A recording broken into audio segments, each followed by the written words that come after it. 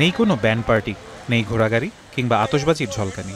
নতুন মৌসুমে গোলাপ দিয়েই নতুন খেলোয়াড়দের বরণ করল সমর্থকরা।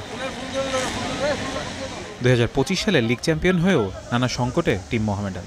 দলবদলের শেষ দিনও ছিল না কোনো চমক, তবে চ্যালেঞ্জ কাপকে সামনে রেখে প্রস্তুতি শুরু করেছে সাদা কালো শিবির।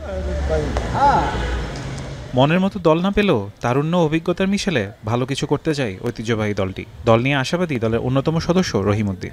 আমাদের ম্যাক্সিমাম ইয়াং এবং এক্সপিরিয়েন্স প্লেয়ার মিলিয়ে মোটামুটি আলহামদুলিল্লাহ আমরা একটা চ্যাম্পিয়ন ফাইট টিম বলে আমি আশাবাদী। ইনশাল্লাহ আমরা বাকিটা মাঠেই প্রুভ করার চেষ্টা করব।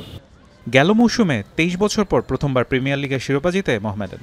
গেলবারের মতো চ্যাম্পিয়ন টিম করতে না পারলেও দল হিসেবে পরিশ্রম করে চ্যাম্পিয়নশিপ ফাইটে থাকতে চায় তারা। খেলোয়াড়, কোচ সব মিলাই আসলে একটা এফোর্ট লাগে। সবাই যদি গত বছরের মতো আমাদের একত্রিত হয়ে কাজ করতে পারি, এখানে যদি একটা ডিপার্টমেন্ট ফল্ট করে তখন ওই টিমটা আসলে কিছু থাকে না। আমার মনে হয় সবাই মিলে যদি আবার চেষ্টা করি, আমরা গতবারের মতো আমরা চ্যাম্পিয়নশিপের জন্য ফাইট দিতে পারবো। 6 বছর ক্লাবে খেলা সোলেমান দিয়াবাতেকে ধরে রাখতে পারেনি তারা। ঘানার ডিফেন্ডার কেকে ও অ্যাটাকিং মিডফিল্ডার মরিসনকে দলে নিয়েছে মোহামেডান। এছাড়া রহমতগঞ্জের স্যামুয়েল বৈটাংকেও নিয়েছে তারা। দিয়াবাতেকে সবাই মিস করলেও বাকিদের নিয়ে আশাবাদী coach Alfaz. One of the best striker বাংলাদেশের সব ফরেনারের মাঝে, এটা আমিও স্বীকার করি। বাট 6 বছর খেলার পরে কিন্তু চ্যাম্পিয়ন হয়েছে দিয়াবাতে।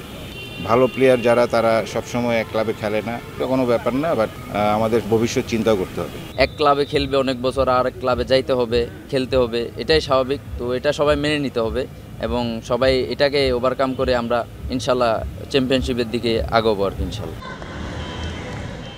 মৌসুমের প্রথম ম্যাচে চ্যালেঞ্জ কাপে বসুন্ধরা কিংসের মুখোমুখি হবে টিম মোহামেডান। দলে দেশি বিদেশি সবাইকে একসাথে না পাওয়ায় প্রস্তুতির জন্য নেই পর্যাপ্ত সময়। তাই চ্যালেঞ্জ কাপকে আগামী মৌসুমের আগে প্রস্তুতি ম্যাচ হিসেবে গণ্য করছেন কোচ। ফারহান ইহসান, এখন, ঢাকা।